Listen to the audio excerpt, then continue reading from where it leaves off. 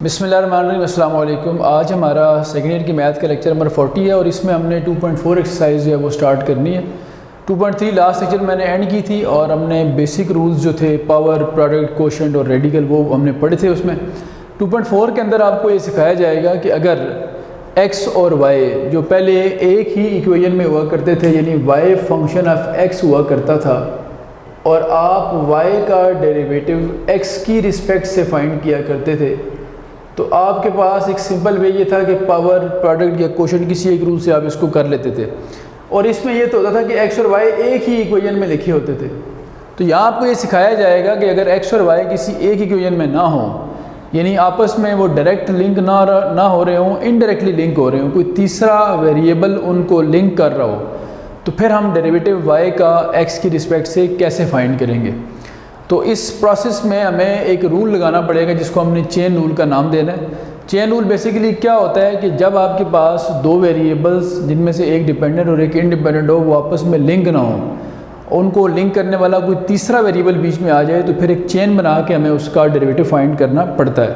तो हम उसको कहते हैं चेन रूल। चेन रूल की मैं लिखता हूँ हेडिंग और इसको एक्सप्लेन करता हूँ, फिर इसको मैं अप्लाई करूँगा क्वेश्चन के अंदर। तो चेन रूल बेसिकली क्या है कि अगर आपके पास y जो है ये भी फंक्शन है किसी और वेरिएबल का और x भी फंक्शन है किसी तीसरे वेरिएबल का, उसको f ऑफ t कह दिया, इसको मैंने g ऑफ t कह दिया, और आपसे ये कहा जाता है कि आप फाइंड करें y का डेरिवेटिव x की रिस्पेक्ट से। तो फिर आपको क्या चेन बनानी पड़ती है? अभी पहले आपको y का डेरिवेटिव फाइंड करना पड़ता है t की रिस्पेक्ट से और इसको मल्टीप्लाई करना पड़ता है dt बाई dx से। इसका फ़ायदा क्या होता है कि dt से कैंसिल होता है और dy बाई dx आपको डायरेक्ट मिल जाता है। अब आप इसको यूँ भी लिख सकते हैं, अगर हम थोड़ा सा समझने के लिए लिखें कि ये ऊपर लिखा हुआ है dy बाई dt और नीचे लिखा हुआ है dx बाई dt, यानी y का डेरिवेटिव t की रिस्पेक्ट से लें और x का डेरिवेटिव t की रिस्पेक्ट से लें और इन दोनों को डिवाइड कर दें। तो इसी को अगर हम जो rule of quotient of fraction है उसको अगर करके लिखें तो dt ऊपर आ जाएगा, ये dt नीचे, तो इस तरह की चीज़ बन जाएगी आपके सामने। तो ये जो प्रोसेस है जिसमें हम थर्ड वेरिएबल को इस तरह से बाईपास करते हैं कि डेरिवेटिव भी आ जाता है और वो थर्ड वेरिएबल लिंक भी रहता है, तो इसे हम कहते हैं चेन रूल ऑफ डिफरेंशिएशन। तो y लिंक होता है x के साथ इनडायरेक्टली, और जो बीच में लिंक करने वाला वेरिएबल होता है वो कौन सा होता है? t। तो हमने इस t को जो दरमियान में लिंक कर रहा होता है इसको मैथमेटिक्स में कहा जाता है पैरामीटर। तो आप ये भी कह सकते हैं कि जब पैरामीट्रिक इक्वेशंस दी हों तो तब भी हम चेन रूल इस्तेमाल कर सकते हैं। अब इसी को अप्लाई करते हैं किसी क्वेश्चन पे और देखते हैं कि किस तरह से ये रूल जो है वो अपना रोल प्ले करेगा यहाँ पे। तो शुरू करते हैं एक्सरसाइज 2.4। इसका अगर आप क्वेश्चन नंबर 1 पढ़ें तो क्वेश्चन 1 की जो वर्डिंग है उसमें लिखा हुआ है कि find dy by dx by making suitable substitution. तो मैं ये लिखता हूँ यहाँ पे फाइंड dy बाई dx और आगे ये लिखा हुआ है बाय मेकिंग सूटेबल सब्सटीट्यूशन, यानी आपने जो है सूटेबल सब्सटीट्यूशंस करनी है और उससे आपने dy बाई dx फाइंड करना है। आप सब्स्टिट्यूट करने के लिए कोई उसने हार्ड एंड फास्ट रूल नहीं दिया, सूटेबल का वर्ड लिखा है उसने कि आपको जो सूट करता है उसको आप सब्स्टिट्यूट कर लें अपनी मर्ज़ी के मुताबिक। तो कुछ पार्ट्स हैं इसके। सबसे पहले हम पार्ट नंबर 1 देखते हैं। क्वेश्चन 1 का जो पहला पार्ट है ये मैं यहाँ लिखता हूँ और इसके बाद इसको सॉल्व करते हैं। अच्छा जी, पहला पार्ट है y is equal to square root of 1 minus x over 1 plus x. अगर आप इसको ऑब्जर्व करें तो 2.3 के अंदर एग्जैक्ट ऐसा ही एक क्वेश्चन नंबर 10 हमने किया था। अभी भी आप अपनी बुक्स खोल के देख सकते हैं, क्वेश्चन 10 आप लोगों ने किया था इसी तरह का, जिसमें आपने dy बाई dx फाइंड किया था कोशेंट रूल से, और मैंने खुद आपको क्लास में करवाया था। तो यहाँ पे भी वही सेम क्वेश्चन है और सेम चीज़ आपसे पूछी गई है dy बाई, लेकिन एक रिस्ट्रिक्शन लगा दी गई है कि आपने इसमें कुछ ना कुछ सूटेबल सब्स्टिट्यूशन भी करनी है। तो हम इस क्वेश्चन का कुछ हिस्सा करेंगे सब्स्टिट्यूट, तो आपकी अपनी मर्ज़ी है।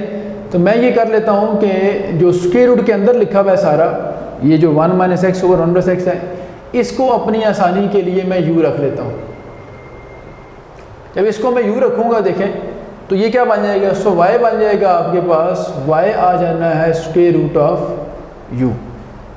चूँकि उसको हमने u रख लिया है, अब हुआ क्या है देखें, y लिंक हो रहा है अब u के साथ, यानी y u का फंक्शन बन गया, और u लिंक हो रहा है x के साथ, तो u बन गया x का फंक्शन। तो ये u एक ऐसा वेरिएबल बन गया जो y और x को आपस में लिंक कर रहा है। हमें u लेट क्यों करना पड़ा, क्योंकि हमें बाउंड किया गया था कि हमने डायरेक्ट डिफरेंशिएट नहीं करना, सब्स्टिट्यूट करना है। तो आप अपनी मर्ज़ी से क्वेश्चन का कुछ हिस्सा क्या कर लें, सब्स्टिट्यूट। अब मुझे बताएं कि अगर मैंने dy/dx फाइंड करना है तो y तो x से लिंक ही नहीं हो रहा, y u से और u x से लिंक है, इस तरह यहाँ y t से और t x से लिंक था। तो फिर हमें लगाना पड़ेगा चेन रूल, और मैं अब लिखता हूँ by chain rule. Chain rule क्या होता है भाई कि जो dy/dx होता है ये इक्वल होगा dy/du इंटू du/dx। तो देख लें y का डेरिवेटिव u की रिस्पेक्ट से होगा और u का डेरिवेटिव x की रिस्पेक्ट से होगा, और इन दोनों को मल्टीप्लाई करेंगे, du से कैंसिल होगा, दोबारा dy/dx बन जाएगा। वो यूजली कॉल इट स्टार। अब हम ये वाला और ये वाला जो है इसका एलिमेंट ये कैलकुलेट करना है हमने। तो पहले हम बात करते हैं dy/du की, एज y किसके इक्वल है, स्क्वायर रूट ऑफ u के, ठीक है। सो क्या करें जी, बाय डिफरेंशिएटिंग, इसको डिफरेंशिएट करना है हमने, किसकी रिस्पेक्ट से करना है हमने, u की रिस्पेक्ट से, by differentiating with respect to u। तो क्या बनेगा जी, ये बनेगा dy/du, और इसमें क्या होना है, अभी पावर शुरू में आएगी और एक पावर क्या हो जानी है, कम, और फर्दर u की रिस्पेक्ट से u का डेरिवेटिव क्या होगा, 1 होगा। चूँकि x की रिस्पेक्ट से x का 1 होता है तो u की रिस्पेक्ट से क्या हो जाएगा, u का 1। अब ये सिंप्लीफाई करें अगर, तो 1/u और ये पावर -1/2 बनती है। इसको नीचे लिख लें अगर, तो u की पावर पॉजिटिव हो जाएगी, और पॉजिटिव होने के बाद ये बनेगी 1/2 स्क्वायर रूट ऑफ u। ये रहेंगे, ये हमारा इसका आंसर आ गया। तो dy/du जो था ये आपके पास बन गया है 1/2 स्क्वायर रूट ऑफ u। नहीं जी, इसका मसला हल हो गया, इसे हम कहते हैं इक्वेशन 1। अब हम आते हैं du/dx पे। आल्सो अब हम u की बात करते हैं। u हमारे पास क्या है, 1 - x ओवर 1 + x, और हमें फाइंड करना है u का डेरिवेटिव x की रिस्पेक्ट से, ठीक है। तो अब आप अगर ये लिख चुके हैं तो मैं यहाँ पे u का डेरिवेटिव फाइंड करता हूँ x की रिस्पेक्ट से, और इसको हम रेज करते हैं यहाँ से। तो ये सारा सिंप्लीफाई हो के फिर हमें एंड में इसका आंसर मिलेगा। तो मैं लिखता हूँ जी, मैं ये u लिखा हमने, तो इसको डिफरेंशिएट करना है x की रिस्पेक्ट से बाय डिफरेंशिएटिंग u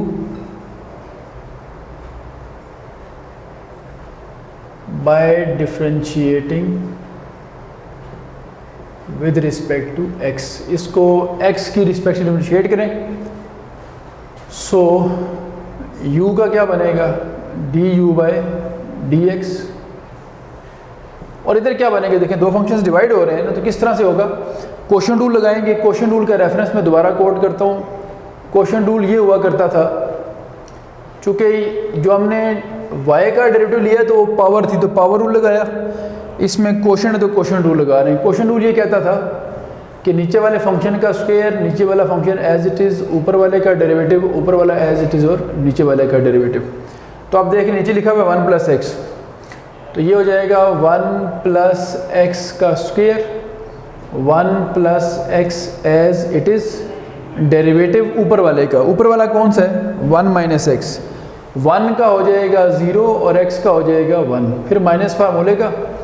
अब 1 - x एज इट इज़, और 1 + x में 1 का 0 और x का क्या हो जाएगा 1।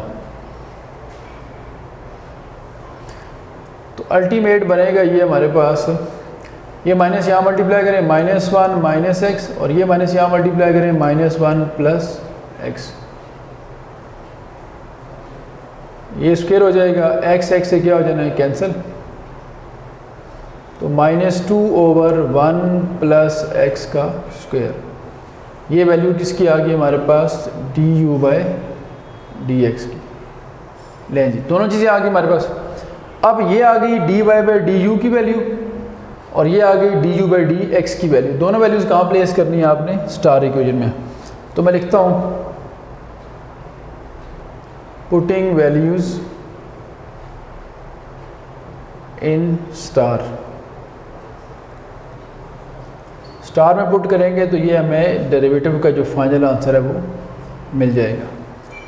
तो मैं स्टार में पुट करते देखिए क्या बनेगा। सो स्टार इम्प्लाइज, एक तरफ लिखा हुआ था d Y by D x, right पे क्या था d Y by d u, वो ये लिखा हुआ है और वो लिखा हुआ है 1/2 स्क्वायर रूट ऑफ यू। आगे लिखा हुआ है d you by D x, वो ये लिखा है यहाँ पे, सॉरी ये लिखा हुआ है d you by D x. तो इसकी वैल्यू ये पुट करें तो पहले वैल्यू पुट की d Y by d u की जो कि ये थी, और फिर d you by D x की वैल्यू स्टार में पुट की तो ये थी। अब इनको सिंप्लीफाई कर लें, 2 से क्या हो जाएगा, कैंसिल। ये ऊपर आ जाएगा -1, यहाँ u की जगह u की वैल्यू आएगी। u की वैल्यू कितनी है आपके पास, ये ऊपर लिखा हुआ है 1 - x ओवर 1 + x। चूँकि जिस वेरिएबल में क्वेश्चन होता है आंसर भी उसी वेरिएबल में आपने लेके आना होता है। तो यहाँ तक हमने इसको पहुँचा दिया और फर्दर मोर ये होगा कि अब इसको ये जो 1 + x स्क्वायर रूट में है जब इधर आएगा तो ये 2 पावर है और वो 1/2 है। तो स्क्वायर रूट ऊपर नीचे अलग अलग करें, एक तो स्क्वायर रूट ऊपर वाला 1 - x वाला हो गया ये वाला, ये जब ऊपर आएगा तो 1 + x पावर कितनी है जी, 2 में से कितना निकलेगा, half.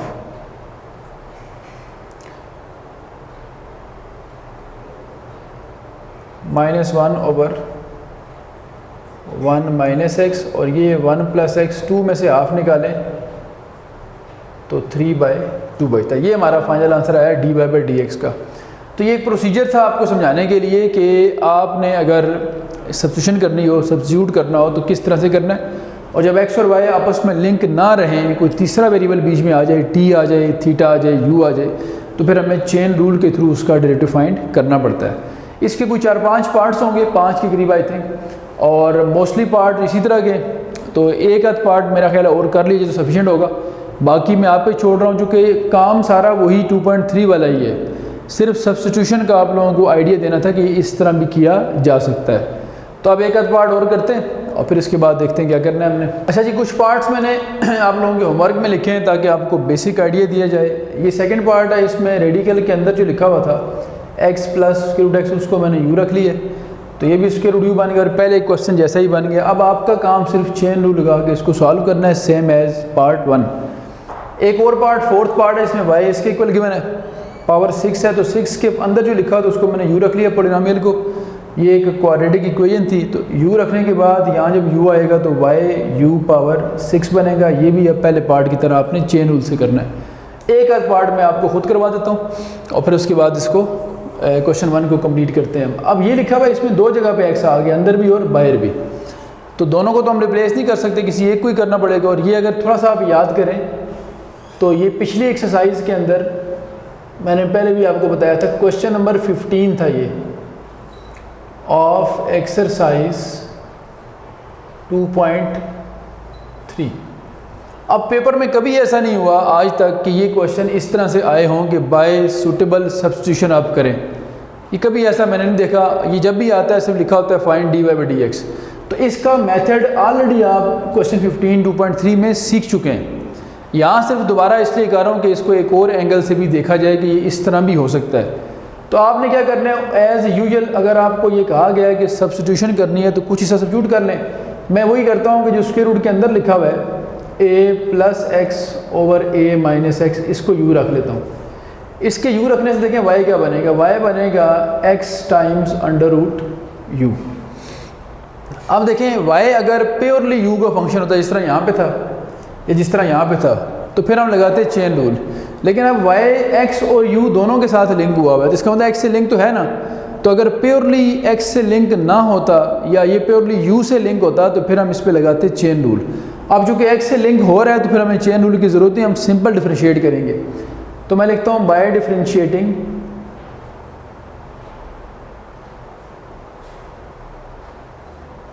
Differentiating with respect to x, y का क्या बनेगा, y का बनेगा dy/dx। इधर ये दो फंक्शंस का प्रोडक्ट है, एक x और एक √u। u भी चूँकि x का फंक्शन है तो दोनों वेरिएबल हैं, तो जब दो फंक्शंस का प्रोडक्ट हो तो ये प्रोडक्ट रूल हमने क्या पढ़ा हुआ था कि दो फंक्शंस कोई से भी u और v कर लें अगर हों तो u as it is v का derivative v as it is u का डेरिवेटिव होता है। तो इस तरह क्या होगा, x एज इट इज़ होगा, डेरिवेटिव किसका आएगा, x की रिस्पेक्ट से आएगा किसका, स्क्वायर रूट u का, फिर square root u as it is होगा और x की रिस्पेक्ट से डेरिवेटिव किसका आएगा, x का आएगा।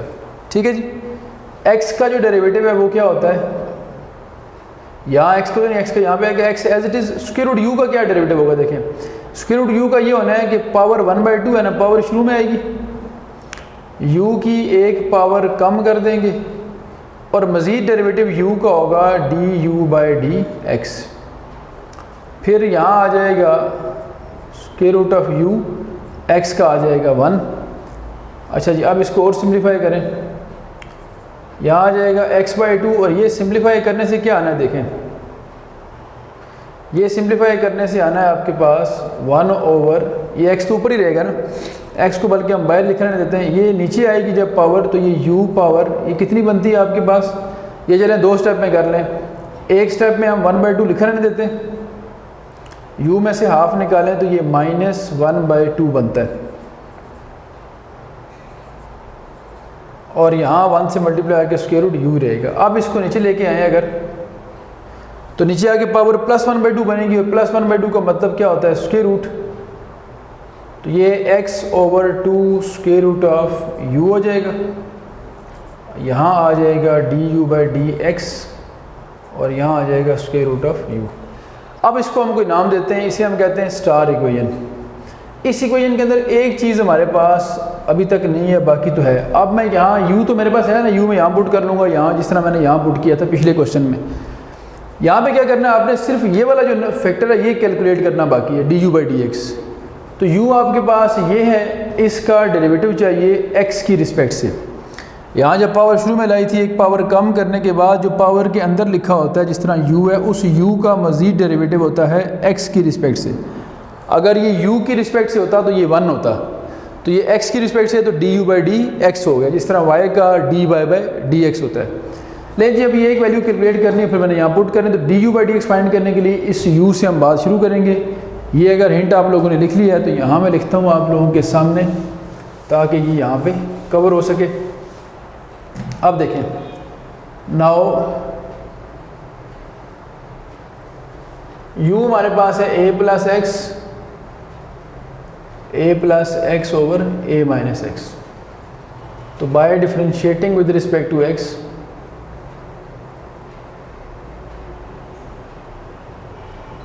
by differentiating with respect to x, so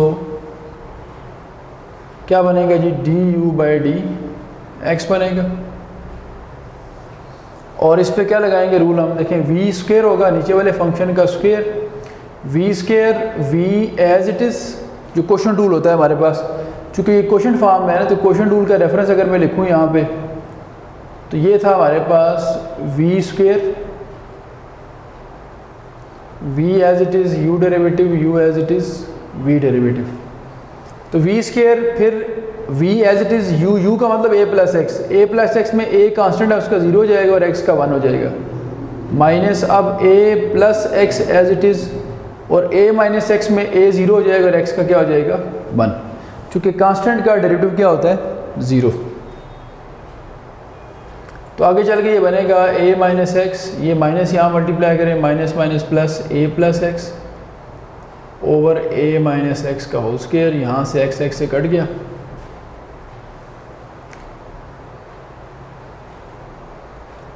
ये आ जाएगा 2a over a minus x whole square. लें जी, ये वैल्यू आ गई हमारे पास किसकी, du/dx की। तो ये जो कमी थी पूरी हो गई है। अब वो dy/dx यहाँ पुट करना है और u की वैल्यू ये है, यहाँ पुट करनी है, तो हमें आंसर मिल जाएगा। तो इसको मैं कह देता हूँ इक्वेशन 1 और इसे मैं कह देता हूँ इक्वेशन 2। इसको स्टार का, तो 1 का मतलब u और 2 का मतलब du/dx, तो दोनों यहाँ पुट करते हैं यूजिंग ये लेबलिंग ज़रा आप लोगों के लिए बेहतर है, कर लिया करें, यूजिंग 1 and 2 in star.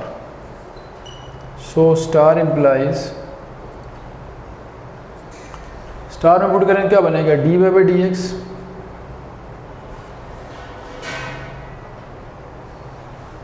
पहले क्या आएगा, x/2 under root u, x/2 under root u, u किसके बराबर है देखें, u बराबर है a plus x over a minus x के। इसके साथ देखें क्या लिखा हुआ था, du/dx, वो ये ऊपर लिखा हुआ है।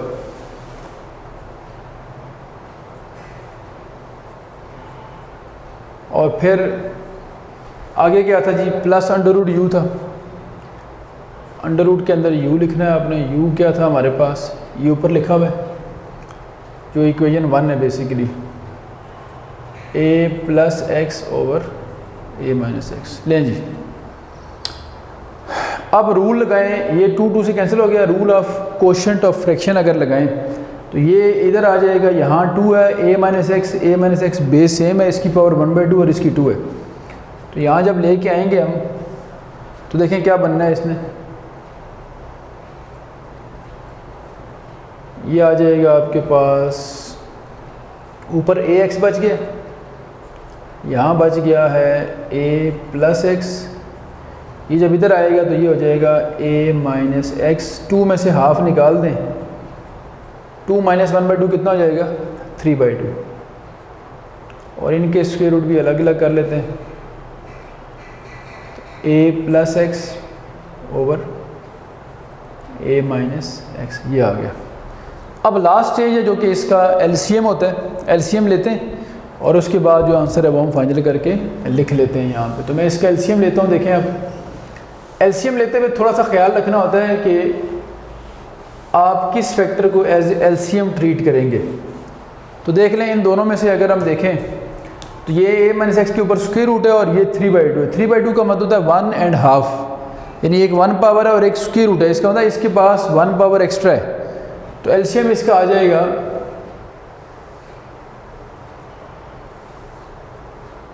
एक तो आएगा a प्लस एक्स, फिर एक आएगा a माइनस एक्स पावर 3/2। इधर तो कोई हमें मल्टीप्लाई नहीं करना पड़ना, यही रहेगा। अब देखिए इन दोनों को कंपेयर करें कि इसके पास क्या चीज़ कम थी, एक तो a प्लस एक्स नहीं था इधर, और ये 3/2 का मतलब है 1.5, हाफ तो इसके पास है, 1 पावर नहीं थी इसके पास। तो उधर से जो चीज़ यहाँ ला के मल्टीप्लाई करनी है हमने, वो क्या होगी, वो एक तो होगी square root of a plus x और एक a माइनस एक्स की 1 पावर, और यहाँ पहले से क्या लिखा हुआ था, पहले से लिखा हुआ था under root a plus x. ये और ये मल्टीप्लाई जब होंगे तो स्क्वायर रूट कट जाएगा, तो ये आ जाएगा a प्लस एक्स का जो स्क्वायर रूट है उसका स्क्वायर हो जाएगा आफ्टर मल्टीप्लिकेशन।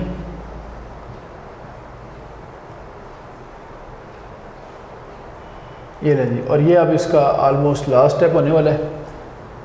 ax इसका स्क्वायर रूट कट गया स्क्वायर से,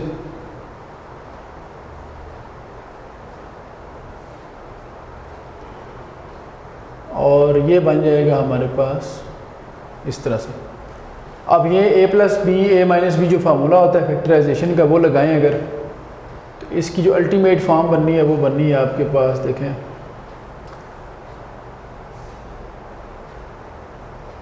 ये हो गया ax और ये बनेगा a square minus x square under the root a plus x और a माइनस एक्स पावर 3/2। लें जी, ये हमारा फाइनल आंसर आ गया dy/dx का। यही सेम क्वेश्चन आपने जब क्वेश्चन 15 किया था 2.3 में, तभी आपका ये आंसर आया था, लेकिन वहाँ हमने इसको सिंपल वे से किया था, यहाँ इसको हमने सब्स्टिट्यूट करके किया। तो 2 मैंने क्वेश्चन करवा दिए हैं, एक आध मैंने आप पे छोड़ा और 2 का मैंने आपको हिंट दे दिया है। उम्मीद है ये आप कर लेंगे। क्वेश्चन 2 की तरफ आते हैं और देखते हैं कि इसमें हमें क्या करना होगा। तो मैं अगर क्वेश्चन 2 का एक आपको बुक आपके सामने होगी, आप देख सकते हैं। अगर ओवरव्यू बताऊं थोड़ा सा, तो देखें चीज़ें जो हैं वो स्टेप बाय स्टेप आपको सिखाई जाती हैं। 2.12 के अंदर आपको सिखाया गया कि जो क्लासिकल मेथड था, जो सबसे पुराना मेथड था डेफिनेशन बाय डेफिनेशन जो था डिफरेंशिएशन का, उसके क्या जो स्टेप्स हैं वो होते हैं। तो आपने डेल्टा एक्स ऐड किया, वो एक तरफ किया, डिवाइड किया, लिमिट अप्लाई की, वो सारा एक प्रोसीजर आपको सिखाया गया बार बार क्वेश्चंस के थ्रू। 2.1 भी आपने की, 2.2 भी आपने की। जब उससे आप सही तरह फेमिलियर हो गए, फिर आपको बताया गया कि जो नया मेथड है, जो एडवांस मेथड है, वो इससे आसान है और वो इसकी एप्लीकेशन है। फिर हमने power rule, product, quotient rule 2.3 में पढ़े। वहाँ आपने वाई फंक्शन ऑफ एक्स दिया होता था आपको, तो वहाँ से आप डेरिवेटिव आसानी से फाइंड करते थे। जब आप 2.4 में एंटर होते हैं तो यहाँ आपको सिखाया गया है कि अगर कभी ऐसा भी हो कि वाई और एक्स आपस में ना लिंक हो रहे हों, तो फिर उनको कैसे आपने डिफ्रेंशिएट करना है। तो उसके लिए आपने चेन रूल सीखा यहाँ पे। अब आपको क्वेश्चन 2 में ये सिखाया जा रहा है कि अगर एक्स और वाई इस तरह मिक्स हुए हों आपस में कि वो एक इक्वेशन में लिखे हुए हों, एक्स भी हों और वाई भी, यानी फंक्शन ऑफ एक्स और वाई दोनों हो, तो वो इस तरह का जो इक्वेशन या रिलेशनशिप होता है एक्स और वाई का, जिसमें एक्स और वाई मर्ज हुए होते हैं, उसमें से सम टाइम वाई आप अलग कर सकते हैं और सम टाइम वाई अलग नहीं कर सकते। तो अगर तो वाई को अलग करके फंक्शन ऑफ एक्स बना सकें तो हम कहते हैं वो एक्सप्लिसिट रिलेशन है, और अगर हम वाई को अलग करके फंक्शन ऑफ एक्स ना बना सकें तो हम कहते हैं वो इम्प्लिसिट रिलेशन है। तो चैप्टर 2 का क्वेश्चन 2 में क्या करना है आपने, मैं इसकी अगर हेडिंग बनाऊँ तो ये हेडिंग बनती है कि डेरिवेटिव्स ऑफ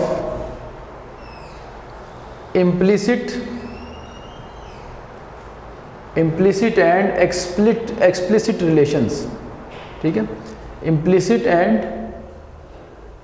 एक्सप्लिसिट रिलेशन किस किस के होंगे, एक्स और वाई के। तो ये हेडिंग बुक पर नहीं लिखी हुई, मैं आपको इसलिए बता रहा हूँ ताकि आपका विजन क्लियर हो कि ऐसे रिलेशन होंगे जिनमें वाई और एक्स अलग हो भी सकते हैं और नहीं भी हो सकते हैं। तो टोटल में है इसके 6 पार्ट्स हैं, जिनमें 3 पार्ट एक्सप्लिसिट के हैं और 3 इम्प्लिसिट के हैं। तो कोशिश करेंगे हम कि 2-2 पार्ट्स कर ली जाएँ ताकि ये बात आपको मिले। तो मैं यहाँ इसके पार्ट्स लिखता हूँ और फिर इसको सॉल्व करना शुरू करते हैं। अच्छा जी, बात हम करते हैं। तो ये इसका पहला पार्ट है और कहा गया find d Y by D x. अब देखें एक्स और वाई इकट्ठे लिखे हैं कि इक्वेशन की फॉर्म में। 2.3 में जितने क्वेश्चन आपने किए उसमें वाई फंक्शन ऑफ एक्स हुआ करता है। 2.4 का भी पहला क्वेश्चन तकरीबन ऐसा ही था। अब एक्स और वाई एक तरफ हो गए, एक रिलेशनशिप बन गए। अगर इसमें से वाई आसानी से अलग हो सकता है तो हम कहेंगे ये एक्सप्लिसिट है, और हो रहा है, नज़र आ रहा है। 4y यहीं छोड़ दें, 3x 7 उस तरफ ले जाएं और 4 डिवाइड करके y अलग हो सकता है। इसका मतलब ये एक्सप्लिसिट रिलेशन है। तो एक्सप्लिसिट वाले 3 पार्ट्स हैं, 1, 3rd और 6th। ये 3 एक्सप्लिसिट वाले, और 2, 4 और 5 ये हैं इम्प्लिसिट वाले। तो मैं दोनों की कोशिश करूँगा 2-2 पार्ट्स कर लूँ।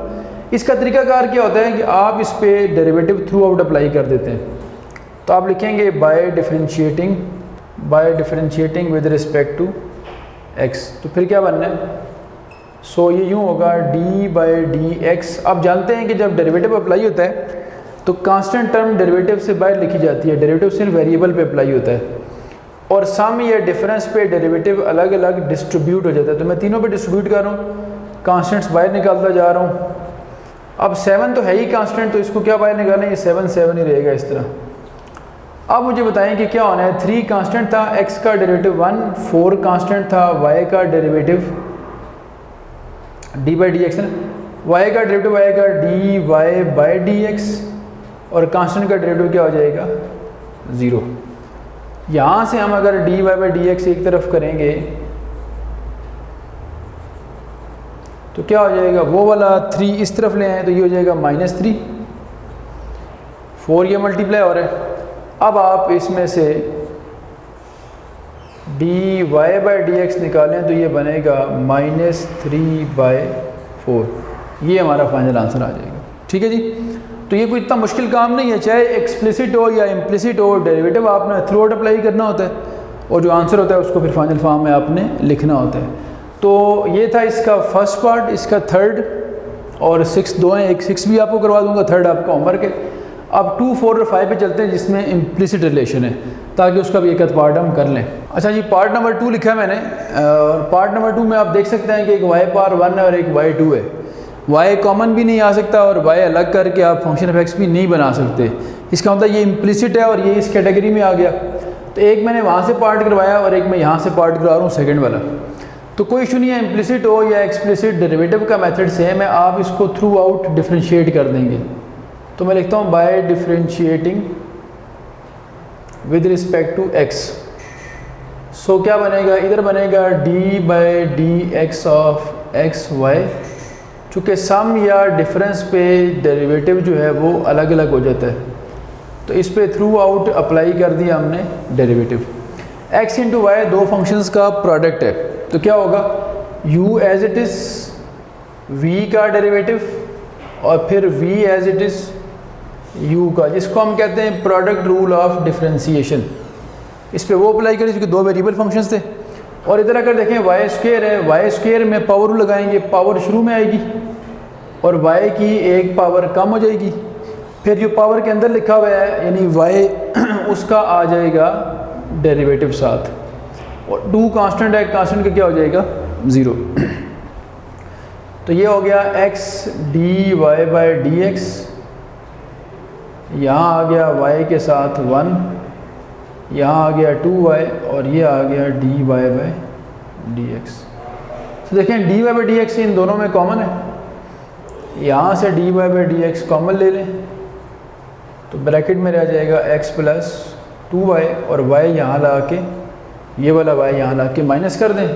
तो एट दी एंड जो इसका फाइनल स्टेप होगा वो क्या बनेगा, ये बनेगा d Y by D x is equal to minus y over x plus 2y। तो ये हमारा डेरिवेटिव का आंसर आ गया। आपने देखा होगा कि एक्सप्लिसिट में भी और इम्प्लिसिट में भी कोई इतना बड़ा डिफरेंस नहीं, डेरिवेटिव में कोई फ़र्क नहीं होता, फंक्शन बेशक रिलेशन में फ़र्क ज़रूर होता है। डेरिवेटिव आप थ्रू आउट अप्लाई करते हैं, जहाँ लगता है पावर रूल वहाँ पावर रूल लगाते हैं, जहाँ लगता है प्रोडक्ट रूल वहाँ आप लगाते हैं प्रोडक्ट रूल। तो आज तक के लिए एक एक मैंने पार्ट कराया, इतना काफ़ी है। नेक्स्ट क्लास में इंशाल्लाह एक एक दो पार्ट्स कोशिश करेंगे इनके और भी कर लिए जाएँ, और फिर एक्सरसाइज जो है वो कंटिन्यू करेंगे अगली क्लास में। आज तक के लिए इसको यहाँ क्लोज़ कर रहा हूँ मैं। अल्लाह हाफ़िज़।